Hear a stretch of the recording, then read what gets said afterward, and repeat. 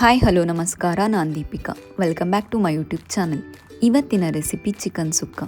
Mangaluru style chicken ಸುಕ್ಕನ ಹೇಗೆ ಮಾಡೋದಂತ ಈ ವಿಡಿಯೋದಲ್ಲಿ ತೋರಿಸ್ಕೊಡ್ತಾ ಇದ್ದೀನಿ.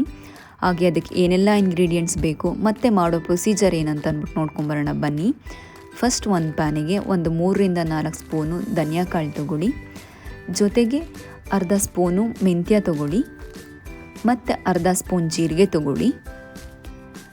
ನೆಕ್ಸ್ಟು ಒಂದು ಅರ್ಧ ಸ್ಪೂನ್ ಕಾಳುಮೆಣಸು, ಹಾಗೆ 2 ಚಕ್ಕೆ ತೊಗೊಳ್ಳಿ ಮತ್ತು 3-4 ಲವಂಗ ತೊಗೊಳ್ಳಿ. ಇದಿಷ್ಟನ್ನು ಲೋ ಫ್ಲೇಮಲ್ಲಿ ಒಂದು 5 ನಿಮಿಷ ಚೆನ್ನಾಗಿ ಹುರ್ಕೊಳ್ಳಿ. ಘಮ ಘಮ ಅಂತ ಸ್ಮೆಲ್ ಬರಬೇಕು.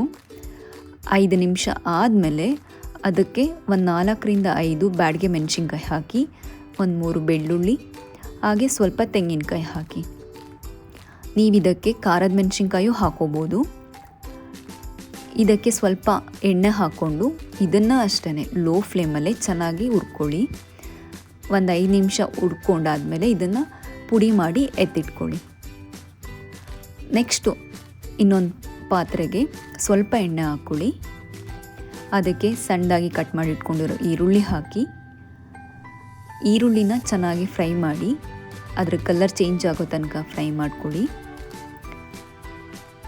ನೆಕ್ಸ್ಟ್ ಅದಕ್ಕೆ ಚೆನ್ನಾಗಿ ತೊಳೆದಿಟ್ಕೊಂಡಿರೋವಂಥ ಚಿಕನ್ ಹಾಕ್ಕೊಳ್ಳಿ.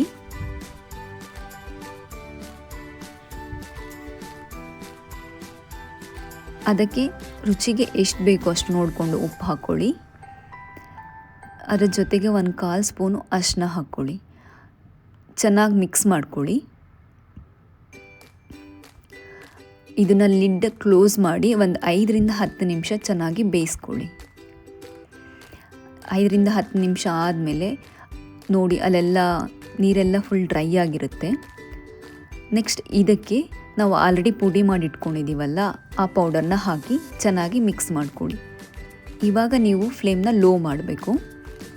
ನೆಕ್ಸ್ಟ್ ಈ ಪೌಡರ್ ಹಾಕಾದ್ಮೇಲೆ ನೀವು ಲೋ ಫ್ಲೇಮಲ್ಲೇ ಕುಕ್ ಮಾಡಬೇಕು.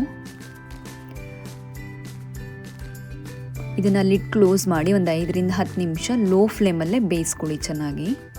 ನೋಡಿ 10 ನಿಮಿಷ ಆದಮೇಲೆ ಎಣ್ಣೆ ಎಲ್ಲ ಬಿಟ್ಕೊಂಡಿದೆ, ಚೆನ್ನಾಗಿ ಬೆಂದಿರುತ್ತೆ. ಇದಕ್ಕೆ ತುರ್ಕೊಂಡಿರೋ ತೆಂಗಿನಕಾಯಿ ಹಾಕ್ಕೊಳ್ಳಿ, ಹಾಗೆ ಮೇಲೆ ಕರಿಬೇವಿನ ಸೊಪ್ಪು ಹಾಕ್ಕೊಳ್ಳಿ. ಚೆನ್ನಾಗಿ ಮಿಕ್ಸ್ ಮಾಡ್ಕೊಳ್ಳಿ.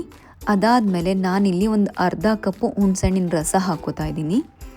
ಇದು ಒಂದು ಡಿಫ್ರೆಂಟ್ ಟೇಸ್ಟೇ ಕೊಡುತ್ತೆ. ಈ ಹುಣಸೆಹಣ್ಣು ರಸ ಯಾವಾಗ ಹಾಕಬೇಕಂದ್ರೆ, ನೀವು ಇನ್ನೊಂದು ನಿಮಿಷದಲ್ಲಿ ಸ್ಟವ್ ಆಫ್ ಮಾಡ್ತಾ ಇದ್ದೀರಾ ಅನ್ಬೇಕಾದ್ರೆ ಹುಣಸೆಹಣ್ಣು ರಸ ಹಾಕಬೇಕು. ಹಾಕಾದ್ಮೇಲೆ ಸ್ಟವ್ ಆಫ್ ಮಾಡಿ ಲಿಡ್ನ ಕ್ಲೋಸ್ ಮಾಡಿ ಒಂದು 5 ನಿಮಿಷ ಹಾಗೆ ಬಿಟ್ಬಿಡಿ.